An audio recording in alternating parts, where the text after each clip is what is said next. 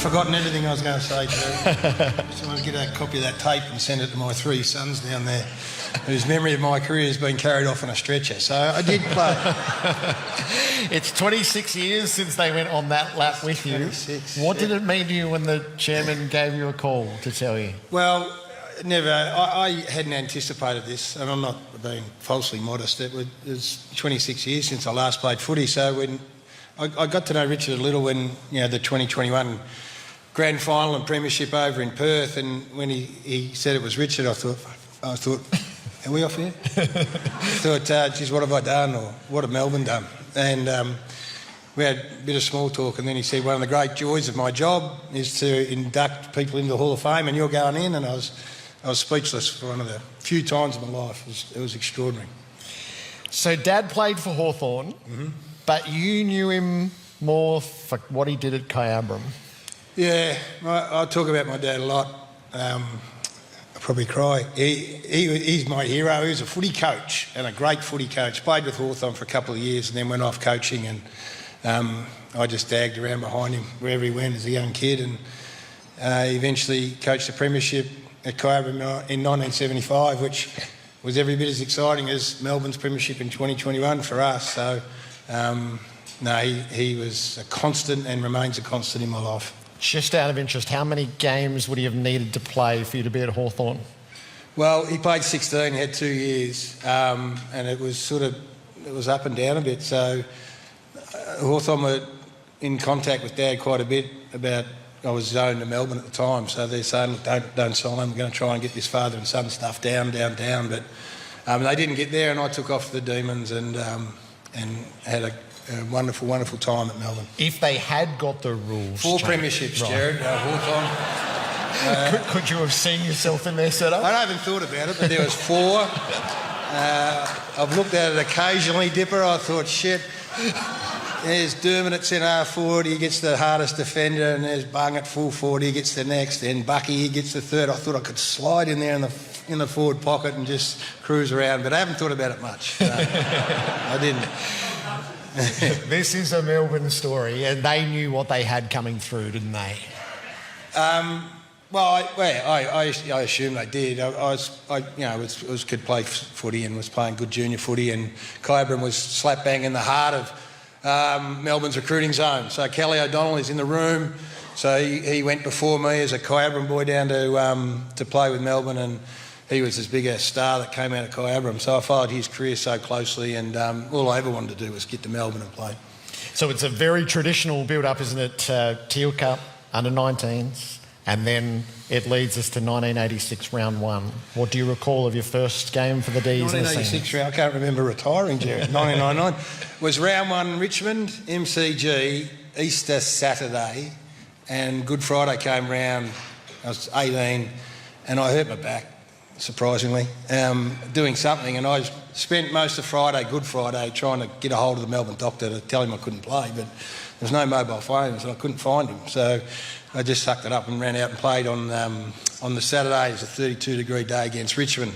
I started in the half-back flank. That was my first position. I played on Michael Pickering, who many in the room would know, was a fanatical runner who would just run, and at half-time I thought, that's the end of my career. I was cooked. And thankfully he didn't come out after half-time, so I survived. And it takes a little twist late, doesn't it? You kicked the last 2 goals. Yes, I told you that happened, Gerard. So I went late and kicked the last 2 and we got up over the Tigers, yeah.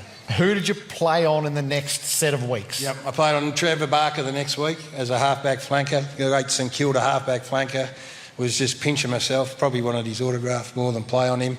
And that was the end of my career as a half-back flanker. And round 3 I played centre forward against Paul Roos. And then for the rest of that career I was just this skinny centre forward playing against... I went back and had a look. Roosie, Bruce Dool, I played on as an 18-year-old. I came out against Collingwood, and this Aaron's in the room, and congratulations. And I ran up against the biggest human I'd ever seen. His name was Greg Phillips. And I was this skinny kid from Kyabram. I thought he's going to eat me. I stood behind one of his legs and you couldn't see me.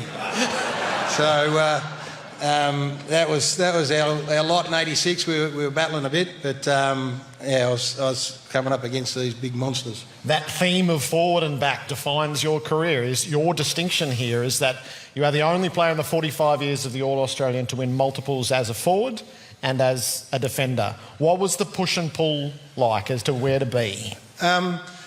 So I started as a forward, and then about '89, John Northey, I played centre-half back, and then I played some state footy at centre-half back and loved it, and had a really good thing going there for a while with Jimmy Steins, who was this hard-running mobile ruckman, but every now and then he'd come back to centre-half back and he would take my man and I'd just run off and roam, and it was the greatest thing I'd ever done for about 4 weeks. I was getting that many kicks, and the dumb ruckman didn't know where I was because Jimmy was playing on my man.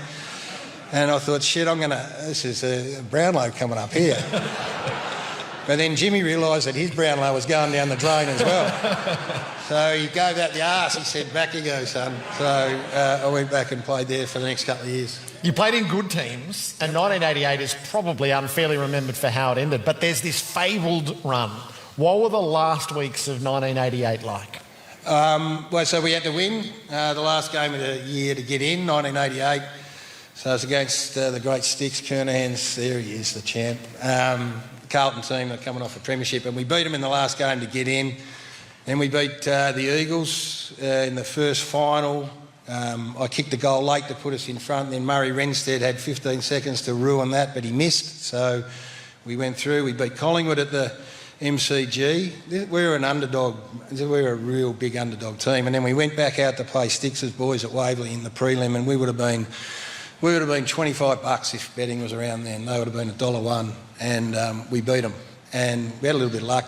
We kicked with a win 3 quarters in a row. And I walked off that ground going, shit, I'm going to a grand final. I'd never been to one in my life. And unfortunately, this All-Australian Hawthorn team was sitting there well rested, had a week off, and they absolutely smashed us. So that was the end of that. But we got there. How central is David Rhys-Jones in that series? So David Rhys-Jones split me open from here in that last game at the MCG. So I was having a few blues with him, and I got to the prelim, and I went up as we used to do back in the day. You go in the grandstand and just sit and watch the reserves play, and it was a cold, wet day, I remember, and I was sitting there, and the Carlton boys were over there doing the same thing, and I looked over, and there's Rhys having a dart. Just sitting up the back having a cigarette, and I thought, right, you bastard. If I get to play on you, I'm going to run you from one end of Waverley to the other. And I did. I played on Sauce for a little while, and then I played on Rhys, and he was coughing up black lung tar halfway through the third quarter, and I had a pretty good game that day. It was good. How big a part of your career is state footy? Well, I'm on record. I think people know my attitude to that. I love state footy. It's a bit like being in this room tonight, to be honest. It is this humbling to sit around, and every face I see, it brings back a memory through my footy days. And when you played state footy, you just walked in. I walked in the room and just sat and watched, and was just taken to a whole other place, because all the greats that we played against week after week, and you're only natural, you'd sit there and go, shit, I wish I could play with him, and I wish I could play with him. And then state footy come around, and you did, and I loved every single minute of it. I wish it had come back, and I think the modern day players missing out on that opportunity to sit down and go, I was a Victorian player, a South Australian player, Western Australian, whatever the case may be, and I loved every single second of it, Gerard. 1989 is the big one. Yeah, so I was going to die state footy. They said, we'll go back. This is the MCG? Yep. Yeah. We'll give it one more go, and we played at the MCG. We had that great Victorian full forward, Jason Dunstall, playing at the time. And we had Dermot was there. We had the best team ever, and we went into Jollymont, had their offices, and we went in and thought, shit, I don't know if state footy's going to survive here. And we walked out of their team meeting, and there was just as like a grand final crowd. 91,000 people went into the ground, and it was one of the great state games, and we smacked South Australia, Cornsey, so it was even better. And yes, we did. You were coaching, and we beat you, and state footy was on again. You captained Victoria in 94, yeah. But curiously not in 95. No. What happened? Well, I was going to captain them for the second time, and then we had a very big game at the MCG, and Kevin Shifter Sheehan, who's my boss at work, a great bloke shifter, he came up and he said, listen, we've got a big game here at MCG, South Australia, playing again. He said, and Gazza Rablett's we're not quite sure we can get him over the line. So if we dangle the captaincy, we reckon we'll get him. And he just looked at me. I said, go and get him, kid. So we got Garry Ablett, and I was happily a vice captain. And this was EJ's day, which is very much front of mind after what we saw with Neil yesterday. 1995 Danny Frawley Day. So one of the great days of footy. What happened in the rooms that day around EJ? Spud, the late great mate, EJ's eyesight was failing, and he just sat in the rooms, and then Spud would sit next to him, and Plugger would Spud would say, here comes Plugger, and he'd get up EJ, and he'd go, get a stick it up him, and I'd drag all his energy out, and he'd sit back down again, and then each player made their way to him, and Spud would tell him who was coming, and EJ would get up for it, and then he heard out and famously did that lap, which will stay with us forever and a day, as would Neil Danaher's yesterday. So there were some great synergies in all of that. Leadership, those years at Melbourne.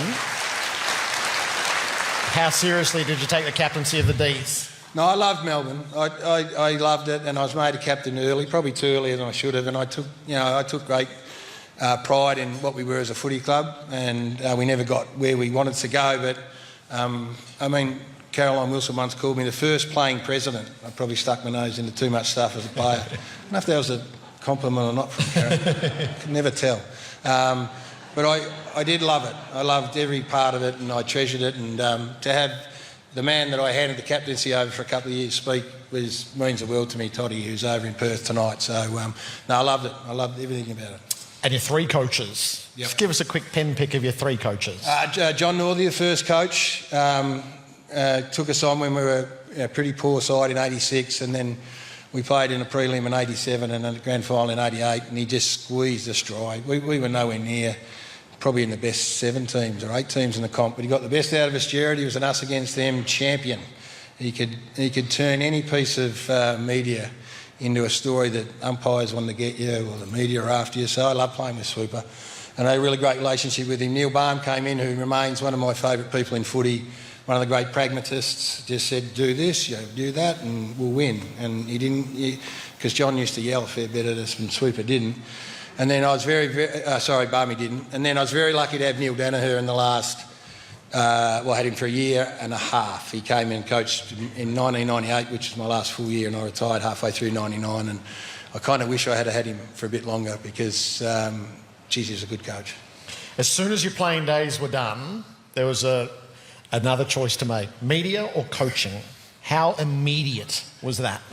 I had a coaching opportunity pretty much straight away if I wanted to explore it, and I went and had a look at it, and I was only 31 at the time, and I wasn't ready to coach, and I'd been doing a lot of media in the last 3 or 4 years, so I didn't, and it sort of set me on a path where, over the next however many years, probably 3 or 4 chances came along if I wanted to go and coach, and each time I sort of said no, and I got.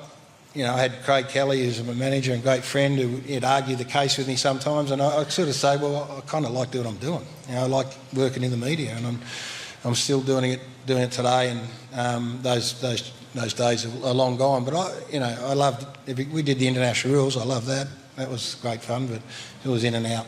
Do you feel like you've chosen wisely? I hope so, Gerard. Yeah, I haven't had any regrets. I love my time in the media. I look around this room, and there's David Barham started me in media when I was still playing at Optus Vision way back in the day. Sat me in the back of in a grandstand with Dennis Pagan to do special comments. That was well ahead of your time, Dave. While I was still playing, but then I'd see Bung and Derm and Brownie and Hutchie's in here in the room, and Shane Crawford and Jim and Sam, all those blokes are great friends and allies of mine, and I've had a charmed run in the media, no question. You've given an awful lot to footy, Gaz.